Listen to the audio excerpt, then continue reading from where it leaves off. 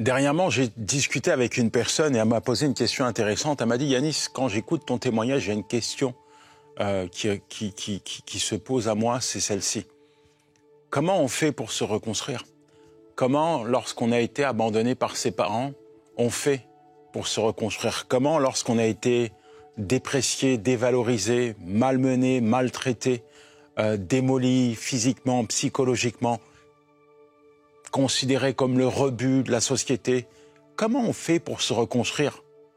Psychologiquement parlant, c'est hyper compliqué, c'est même violent. Et j'ai répondu à cette personne, au-delà de tout ce que je pourrais étayer, te raconter, etc. Le jour où je me suis reconstruit, c'est le jour où j'ai compris qui j'étais. Le jour où j'ai compris que j'étais un enfant de Dieu, que mes parents m'aient voulu ou pas, Dieu m'avait souhaité, voulu. C'est là que les choses ont changé pour moi. C'est là que finalement, il y a eu des réponses dans mon cœur à des choses qui, au début, étaient incompréhensibles. Et c'est là que j'ai réalisé aussi ma vraie valeur. Aujourd'hui, j'aimerais te parler d'une chose qui est importante, c'est celle-ci. Tu es la propriété de Dieu. Que tu sois arrivé sur la terre dans des conditions effroyables, épouvantables, qu'on t'ait qualifié d'erreur, d'accident. En fait, qu'on t'ait voulu ou pas, il y a une chose que tu dois comprendre. Tu es la propriété de Dieu. Et j'aime à dire que le jour de ta naissance, c'est pas le jour où ta mère t'a enfanté. Ça, c'est le jour où tu es arrivé sur la terre. Le jour où tu as pris vie, mon ami, c'est le jour où Dieu t'a conçu dans sa pensée. Ce que je suis en train de te dire, c'est que c'est Dieu qui t'a créé et il est ton créateur. Dieu t'a voulu, Dieu t'a désiré, Dieu t'a souhaité. Tu es né avec une intention divine, tu vois. Tu as pris naissance parce que c'était le souhait de Dieu. Il a choisi ton père, ta mère pour t'envoyer sur la terre, mais peu importe ce qu'on t'a dit, peu importe les adjectifs qu'on a utilisés à ton égard, une chose est certaine, tu es la propriété de Dieu. Et ta valeur, c'est pas l'homme qui peut te l'attribuer, parce que l'homme ne peut pas connaître ta valeur. Tu m'entends? Ta valeur, c'est pas un homme qui peut te l'attribuer. Seul Dieu, ton Créateur, connaît ta valeur. Et tu as une valeur inestimable. Tu as une valeur inestimable aux yeux de ton Créateur. Et peut-être qu'on t'a dit, en te regardant, tu es défaillant, comme on me l'a dit. Peut-être qu'on t'a dit, tu es une erreur de la nature, comme on me l'a dit. Mais j'aimerais te dire une autre vérité. C'est celle-ci. Tu n'es pas défaillant. Et tu n'es pas une erreur de la nature. Tu sais pourquoi? Parce que tout ce que Dieu fait est sans faille. Tout ce que Dieu fait est parfait. Dieu, l'Éternel, ton Créateur, ne fait jamais d'erreur. Seigneur, merci pour ces moments. Merci parce que tu vas te révéler au cœur brisé. Tu vas parler à ceux qui ont été dévalorisés, dépréciés, à ceux qui se sentent rejetés, abandonnés, mis à l'écart. Tu vas parler à ceux qui sont perdus. Tu vas parler à ceux et celles qui ont tellement besoin aujourd'hui d'entendre une parole. D'entendre, Seigneur, à quel point tu les aimes, à quel point ils sont importants pour toi. Oui, Seigneur, tu vas parler. Et ma prière, c'est parle. Nous souhaitons t'écouter. Mon premier point, c'est tu as été créé par Dieu et pour Dieu. Je répète, tu as été créé par Dieu et pour Dieu. Éphésiens 2, verset 10, car nous sommes son ouvrage, ayant été créés en Jésus-Christ pour les bonnes œuvres que Dieu a préparées d'avance afin que nous les pratiquions. Tu es l'ouvrage, l'œuvre de Dieu. Le mot ouvrage, c'est le mot poéma. Tu es le chef-d'œuvre, tu es le poème de Dieu. Tu sais, on a posé une question à un sculpteur qui avait fait une œuvre extraordinaire au travers d'un bloc de granit. On a dit, mais comment vous avez fait pour faire ressortir une telle œuvre, une telle sculpture au travers d'un bloc de granit? Il dit, c'est simple. Au travers de ce bloc-là, j'ai vu un ange et je l'ai taillé. J'aimerais te dire que c'est Dieu qui t'a taillé, Dieu t'a sculpté, Dieu t'a façonné. Tu es le chef-d'œuvre de Dieu. Dieu te prend, Dieu t'expose. Et Dieu, non seulement il t'a créé, mais il t'a créé pour un but, pour quelque chose. Il t'a créé pour des bonnes œuvres. Il t'a créé afin que tu puisses les pratiquer. Tu n'es pas le fruit du hasard, mais tu es le chef-d'œuvre de Dieu. C'est lui-même, le sculpteur divin, qui t'a taillé, qui t'a façonné, qui t'a dessiné. Le sculpteur divin est ton créateur. Voilà pourquoi je te dis que tu n'es pas né par hasard, que tu n'es pas n'importe qui. Non, tu es le chef-d'œuvre de Dieu. Le chef-d'œuvre de Dieu. Le chef-d'œuvre de Dieu. Ne laisse personne te dire le contraire. Je me souviens de cette femme brisée, démolie, qui avait fait les tentatives de suicide, qui menait une vie qui allait à l'encontre de tout ce que Dieu souhaitait, de tout ce que Dieu voulait, qui va donner sa vie à Jésus. Le jour où elle donne sa vie à Jésus, elle ouvre la parole de Dieu et elle découvre véritablement qui elle est. Elle avait été brisée par les hommes, démolie dans son contexte familial. On lui avait laissé croire qu'elle ne valait rien, qu'elle n'était rien. Mais le jour où elle donne sa vie à Jésus, le jour où elle ouvre sa Bible, elle découvre qu'elle est quelqu'un et qu'elle a une valeur inestimable aux yeux de Dieu. Et aujourd'hui, elle témoigne de cela. Mon ami, mon ami, mon ami, c'est tellement facile pour le diable de te laisser croire que tu ne vaux rien. C'est tellement facile pour le diable de t'enfermer dans la dépression, dans des choses qu'il va utiliser pour miner, ruiner ta vie, te déprécier, te dévaloriser. C'est tellement facile pour le diable de venir s'essuyer les pieds sur tes pensées avec des mensonges. Tu n'es rien.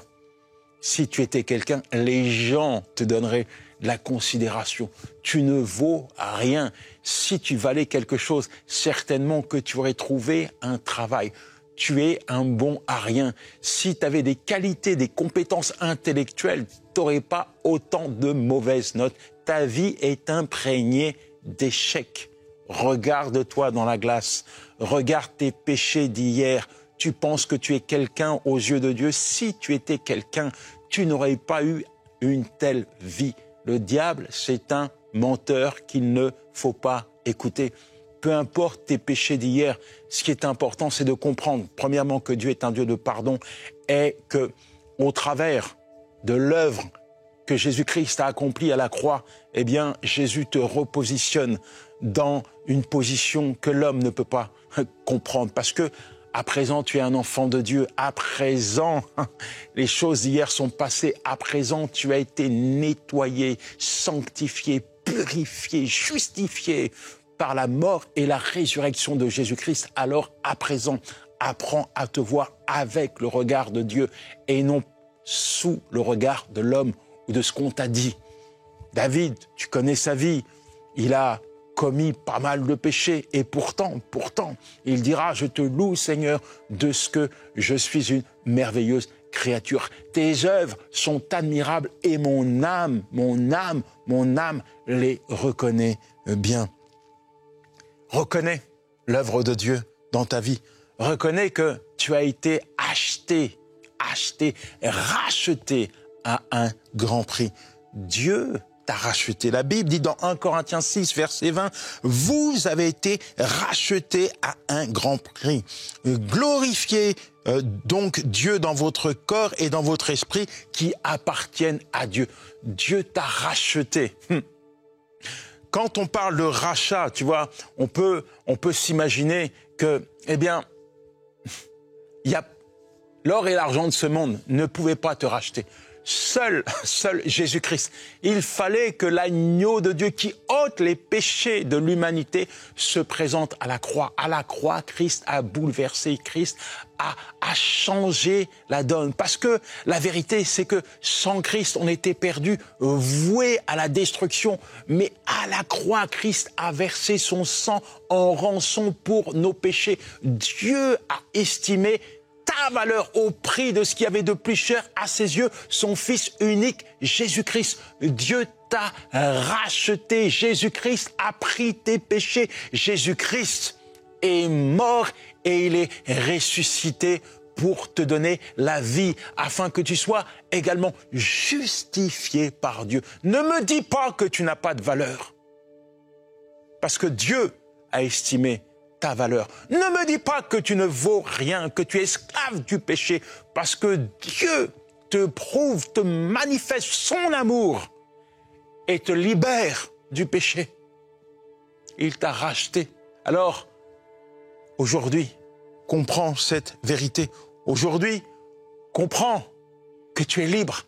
Et quand Paul adresse ce texte aux Corinthiens, il pensait que ils étaient libres, mais ils vivaient dans l'immoralité. Ils pensaient qu'ils étaient libres parce qu'ils étaient les descendants d'Abraham, mais ils vivaient dans l'immoralité. Il n'y avait pas la crainte de Dieu, il n'y avait pas cette dimension du sacrifice de Jésus-Christ, il n'y avait pas cette piété dans leur vie. Voilà pourquoi il les interpelle. Il ne faut pas oublier ce que Christ a fait pour vous.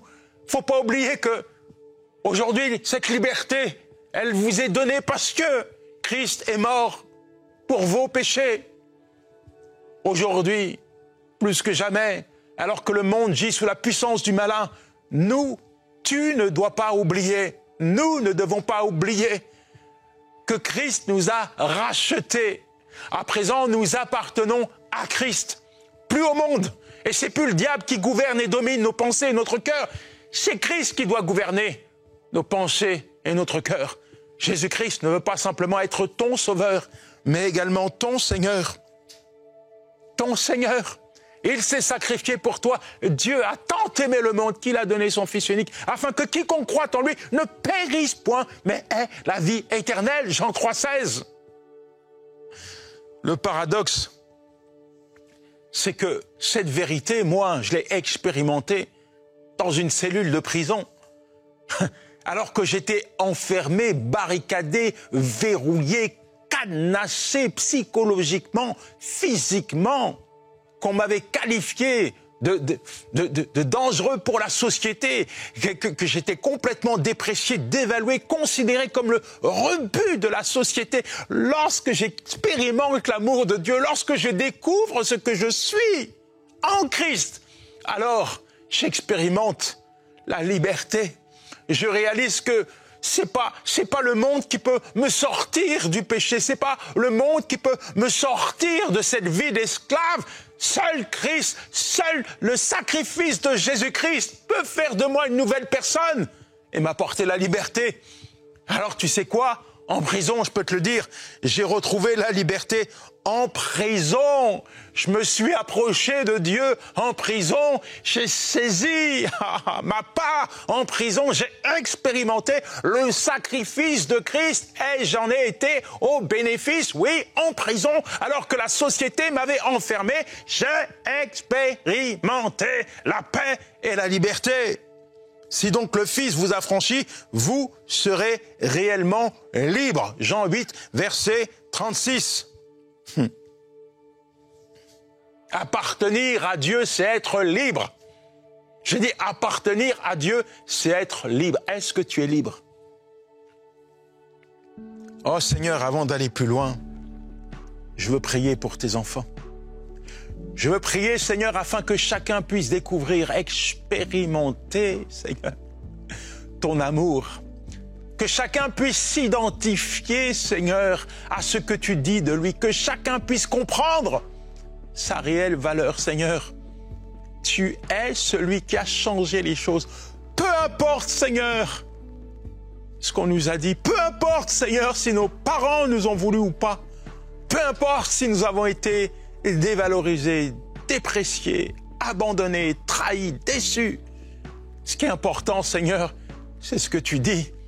Ta parole, elle est vraie et je prie pour que ta parole vienne s'incruster au plus profond des pensées de ton enfant, que ta parole puisse pénétrer son cœur et que ta parole puisse lui permettre, Seigneur, de découvrir qui il est véritablement. Amen. Est-ce que tu es libre? 2 Corinthiens 3, verset 17. Là où est l'Esprit du Seigneur, là est la liberté. Beaucoup pensent que le jour où ils commencent à marcher avec Dieu, c'est le jour où ils deviennent prisonniers de la religion. J'aimerais te dire que Dieu n'est pas dans la religion. La religion, c'est pour l'homme. Dieu t'a créé pour la communion et pas pour la religion. Alors, il est important pour toi de comprendre que la vraie liberté, tu vois, cette liberté dont tout le monde parle, mais que très peu expérimentent, cette liberté, tu la trouves dans la présence de ton Dieu. Dieu fait de toi un homme, une femme libre. Je me souviens de ce gars qui était addict, accro à la drogue. Et pour lui, il n'y a pas de possibilité, il n'y a pas d'échappatoire. Il est né pour se droguer. Il se drogue depuis son plus jeune âge. Il a essayé tant bien que mal de s'en sortir, mais rien à faire. Il n'arrive pas à s'en sortir. Et le jour où il va à l'église, le jour où il est percuté, impacté par la parole de Dieu, il prend la plus grande, la plus belle, la meilleure des décisions de sa vie, celle de confier sa misérable vie à Jésus-Christ. Et à partir de là, il va voir le Seigneur poser sa main sur lui. À partir de là, il va voir le Seigneur lui donner la force de renoncer à toute forme d'addiction. À partir de là, il va voir l'Esprit de Dieu renouveler son cœur et ses pensées. À partir de là, il va voir la main de Dieu le retaper, le recycler, le transformer, le métamorphoser à un tel point qu'aujourd'hui, tu sais quoi? Il est devenu pasteur. Il n'y a que Dieu qui peut faire ça. Seigneur, merci pour ton enfant qui peut-être lutte avec le péché, lutte avec une addiction. Peu importe le nom qui se cache derrière cette addiction, je sais que ton nom seul suffit pour apporter la liberté. Seigneur, je proclame, je décrète, je confesse la pleine liberté. Seigneur, saisis-le maintenant par ton esprit. Que ta main se pose sur lui. Arrache-le de toute forme d'addiction. Arrache-le, Seigneur, de toute forme d'esclavage et fais quelque chose, Seigneur, de nouveau maintenant dans sa vie. Je proclame la pleine liberté qu'à partir de maintenant, il est libre. Merci mon Dieu, merci mon roi. Alors, en parlant de liberté, il faut aussi réaliser quelque chose qui est important en tant qu'enfant de Dieu, créé par Dieu et pour Dieu. Tu n'es pas n'importe qui, ça je l'ai déjà dit, mais je vais aller encore plus loin. Tu es le temple du Saint-Esprit. 1 Corinthiens 6, verset 19. Ne savez-vous pas que votre corps est le temple du Saint-Esprit qui est en vous et que vous avez reçu de Dieu? Moi, quand je lis ce texte, je me réjouis, je jubile même de savoir que je ne suis pas une habitation ténébreuse. Ça, c'est ce que le diable essaie de me faire croire. Non, ce que la Bible dit, et ça, c'est la vérité que je dois garder dans mon cœur, c'est que je suis la résidence principale de Dieu. Je suis le temple du Saint-Esprit. Aujourd'hui, Dieu n'habite plus dans des cathédrale en cristal. Et dans l'Ancien Testament, seul le grand sacrificateur avait le droit d'entrer dans le Saint des Saints une fois par an. Mais là, c'est pas l'homme, c'est pas le sacrificateur qui va dans un temple, c'est le Saint-Esprit qui vient dans notre cœur et qui vient habiter en nous. Et le Saint-Esprit, c'est la présence de Dieu. Et là où il y a la présence de Dieu, il y a la gloire de Dieu. Tu es le temple, le temple du Saint-Esprit. C'est en toi, avec toi, que Dieu se réjouit, que Dieu se manifeste, que Dieu se glorifie. Alors, s'il te plaît, prends conscience de cela. Tu n'es pas n'importe qui. Ne laisse pas le péché venir habiter, cohabiter, exister dans ta vie. La seule présence que tu dois accepter dans ta vie, c'est la présence du Saint-Esprit, parce que le Saint-Esprit trouve sa place dans ton corps qui est son temple. Et laisse le Saint-Esprit inonder, saturer, te remplir maintenant. Laisse le Saint-Esprit élever Dieu dans ta vie, manifester la présence de Dieu. Laisse le Saint-Esprit prendre toute sa place. Oh, mon ami, quand tu comprends ça, si le péché vient frapper à la porte de ton cœur, tu lui dis dehors, je ne suis pas n'importe qui. Dehors, je suis la résidence principale de Dieu et ma vie est destinée à glorifier Dieu et pas les ténèbres. Dehors, nous n'avons aucune part ensemble. Et c'est peut-être important pour toi de comprendre cela, parce que tant que tu ne comprends pas ce que tu es, parfois il y a comme des compromis. Et le jour où tu décides, le jour où tu comprends, le jour où tu réalises qui tu es, le jour où tu saisis la parole de Dieu et que tu commences à la vivre, alors tu t'aperçois, waouh, je suis une créature merveilleuse. Et tout ce que Dieu a préparé pour toi, c'est réellement pour qu'il puisse se manifester, qu'il puisse briller, qu'il puisse se glorifier, qu'il puisse être l'auteur de quelque chose de merveilleux au travers de toi. Tu es la lumière, tu es le sel, tu es l'ambassadeur de Christ. Tu vois, il y a une mission derrière ta vie, il y a une intention dans ta création, mais Dieu a attaché à ta vie quelque chose de fort, un dessein, un plan, un projet. Tu es né pour accomplir la volonté de Dieu. Tu es né pour pratiquer les bonnes œuvres. Et quand tu vois les mots que Dieu emploie à ton sujet, tu réalises que tu n'es pas n'importe qui. Non, je suis un ambassadeur. C'est-à-dire que tu es sur une terre étrangère, tu as été mandaté par Dieu.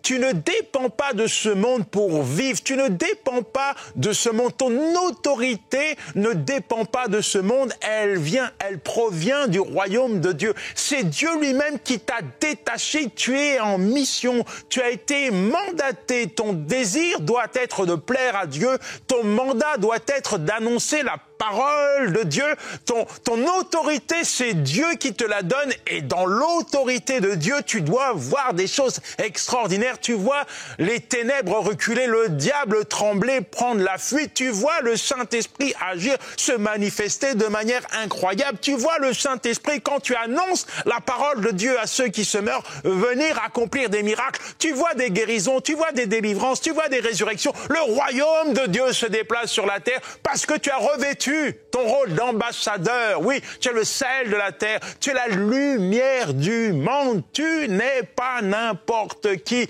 tu n'as pas été placé sur la terre par hasard.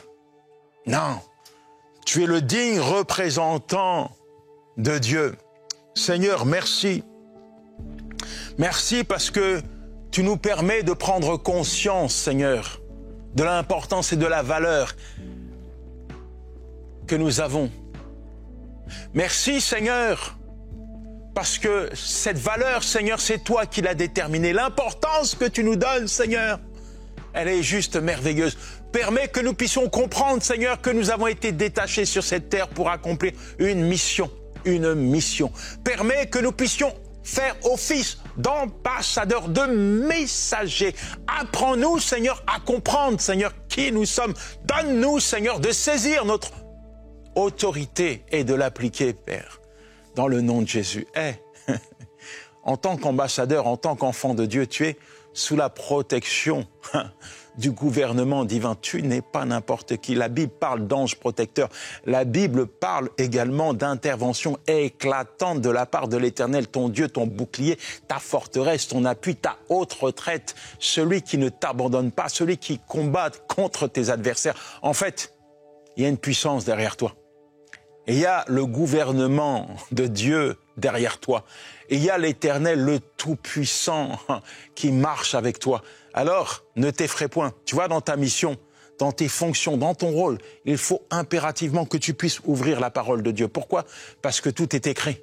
Les promesses sont là et elles sont valables encore pour toi aujourd'hui. Les promesses qui te garantissent la sécurité, le repos et la victoire, elles sont écrites. Et puis, il y a également quelque chose d'important. Il va au-delà de ta fonction, c'est ton héritage. Tu es un héritier. Tu as vu, si le notaire t'appelle maintenant et te dit « tu as une tante qui a fait de toi un héritier », tu vas commencer à jubiler, à te dire « ouais, j'espère que je vais toucher 1 million, je vais pouvoir acheter un appartement, donner à l'église ». C'est bien tout ça. Mais parfois, quand tu vas chez le notaire, tu es vite, mais alors très vite déçu. En fait, c'est pas du crédit qui t'attend, c'est pas une bénédiction qui t'attend, c'est des dettes.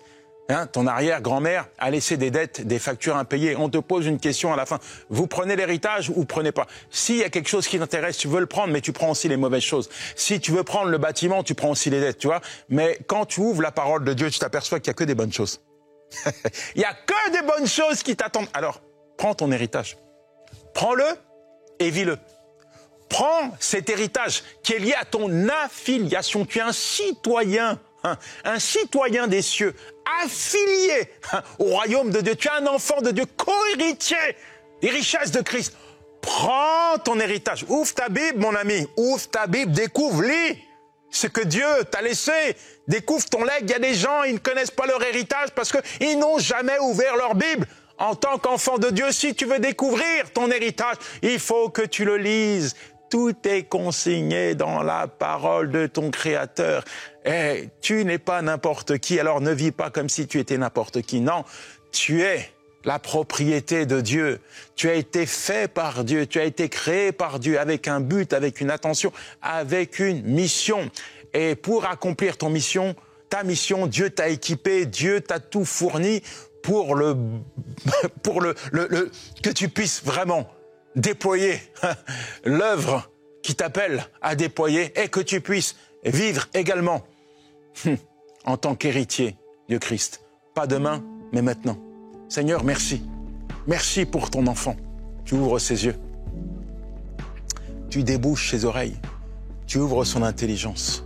Tu ouvres son cœur. Afin qu'il puisse, Seigneur, comprendre, réaliser, entendre, Seigneur, les merveilles que tu lui as léguées. Seigneur, tu permets qu'il puisse comprendre ta vision sur sa vie. Tu permets que son cœur puisse, Seigneur, battre au travers du tien, afin qu'il puisse comprendre, Seigneur, que sur cette terre, il a une tâche à accomplir, qu'il doit apporter ta lumière, la vie là où il y a la mort. Seigneur, merci, parce que tu l'amènes à s'appuyer sur toi et à dépendre exclusivement de tes ressources célestes, parce que tu es celui qui pourvoira à tous ses besoins. Seigneur, tu es celui qui le garde, qui le protège. Tu es celui, Seigneur, qui permet, Seigneur, qu'aujourd'hui même, il puisse prendre position et cesser de se dévaloriser. Qu'il puisse réaliser qui il est et pourquoi il a été créé. Qu'à partir de maintenant, sa vie tout entière soit changée, métamorphosée, et qu'il puisse, Seigneur, entrer dans ses fonctions. Dans le nom de Jésus. Amen, amen et amen. Que le Seigneur te bénisse, ambassadeur. Ciao, c'était Yanis Gauthier.